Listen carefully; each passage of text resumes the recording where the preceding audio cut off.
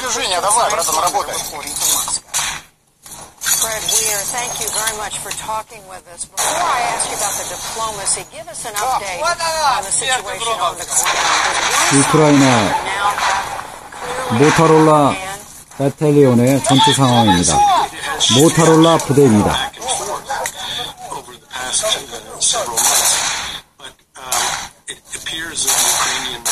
8월 28일 일라바스크 실제 교전 상황입니다.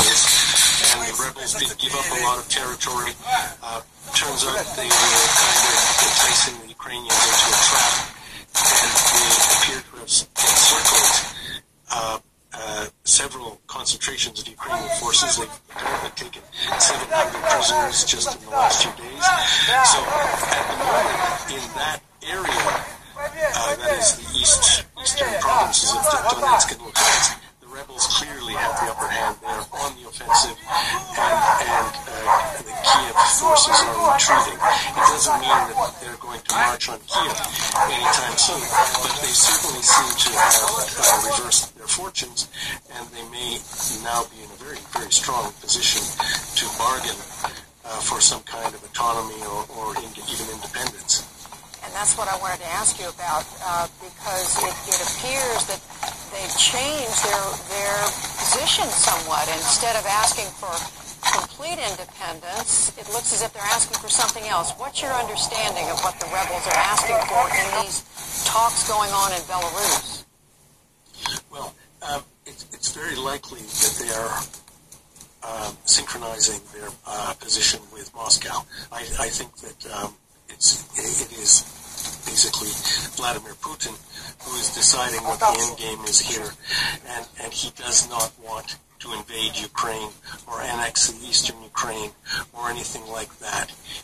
And so the rebels now in these semi-official talks that are going on in Belarus, in Minsk, have dropped their demand for full independence and are saying that they would settle for some kind of sweeping autonomy, which would give them control over the language they use, the right to elect their own leaders, to appoint their own law enforcement officials, and more crucially, to make their own economic arrangements, which means that they would be able to continue dealing with Russia across the border regardless of Moscow's relations with Kiev.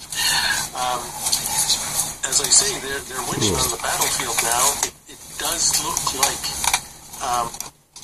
there won't be any military solution, which was Plan A in Kiev, to liberate this territory and restore Kiev. Kiev's written there. That doesn't look set to happen. So probably negotiations are the only way out. And how does what they're asking for, the rebels, square with what the government of Ukraine is prepared to do?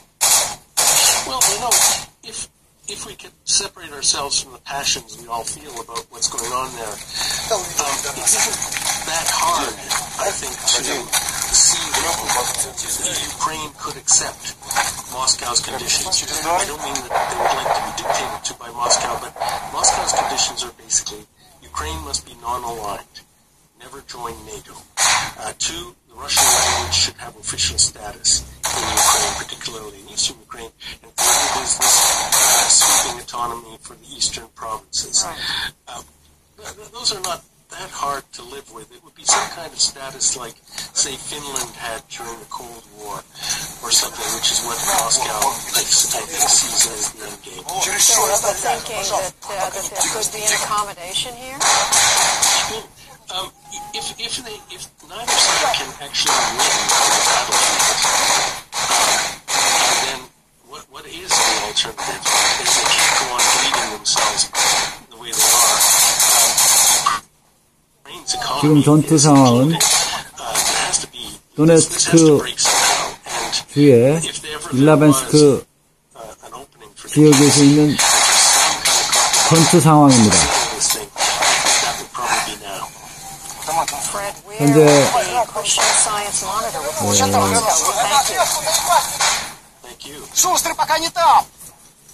동부 지역에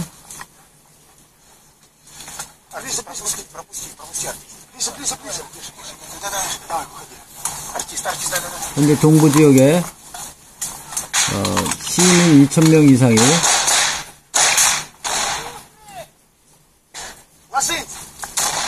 죽은 것으로 집계되고 있습니다.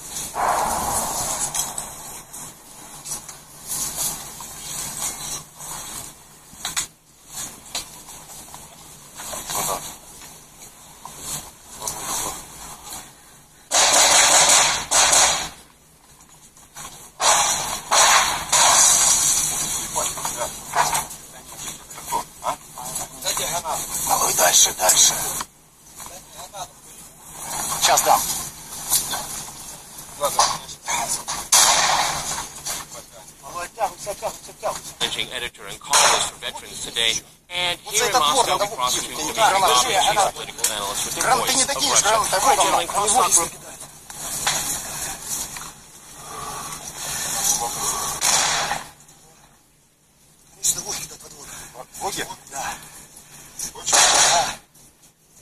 동시에 도네츠크 시민들은 도네츠크를 포함하는 주를 포함하는 동부의 시민들은 정부와 대통령 프로센코에 대해서 반감을 가지고 있습니다.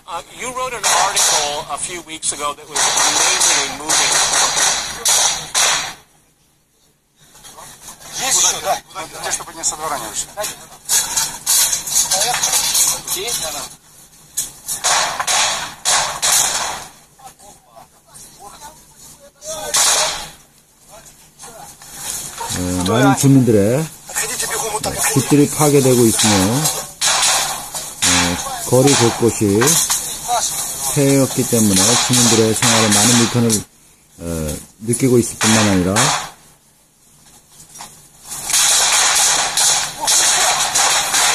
기차역 동안 폭격에 의해서 많이 파괴되었습니다.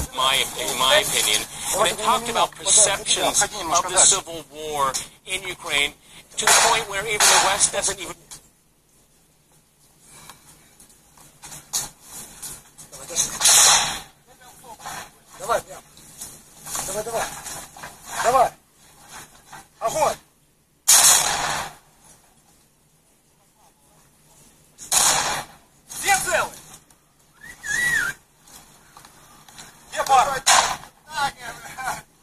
One dare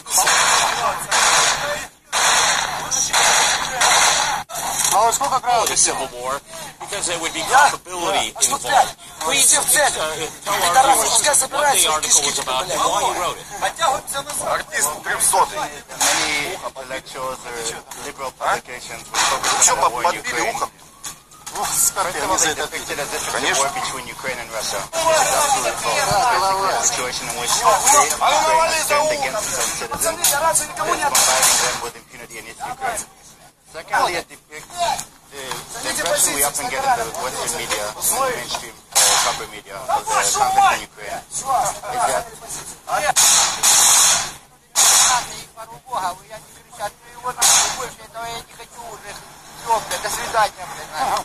Напоминаем, друзья, бой идет с батальоном Азов, элитарным так называемым, с батальоном Донбасс. Они уже не хотят. Еще одни братья для вас. Вот. Молодец вообще. Мы с малым вот так вот сработали. Да и все пацаны вот так вот работают. Я на что, АЭС, как кидал им только что. Самую запасу. У них просто душка нет.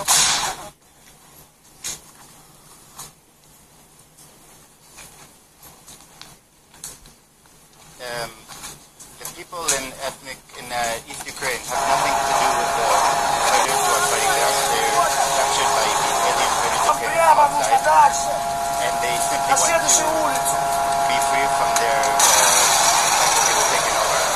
They're not being bombarded heavily. We don't know about the numbers of refugees, although 90,000 people were already displaced internally, and over 200,000 people fled to Russia. They didn't flee to Kiev, they fled to Russia. We have no idea of the catastrophe, humanitarian catastrophe which has taken place in East Ukraine. So, at the same time, people in East Ukraine are being demonized as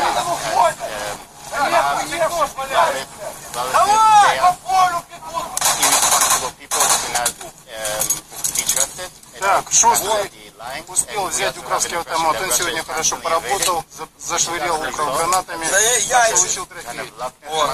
И несколько гранат уже раздал. Только Шустрый. Толком они не выстрелили, а жёг почти походу мы его засадили с малым самолетом. Ребята, ну сколько раз мы к вам обращались, не приходите на наши видео. Приходите, ребят, пожалуйста, идите домой. Да, вот опять-таки все, что... Кстати, напоминаем, сегодня группа Федоровой сражалась с батальоном Азов, Элитуарным, Крутым и батальоном Донбасс, набранным из местных отморозков. Вот что они получили. Бежали от нас. Остались только кеды валяются. Кеды валяются. Сейчас мы напоследок вам покажем мужику и оставшуюся от убитого правосека.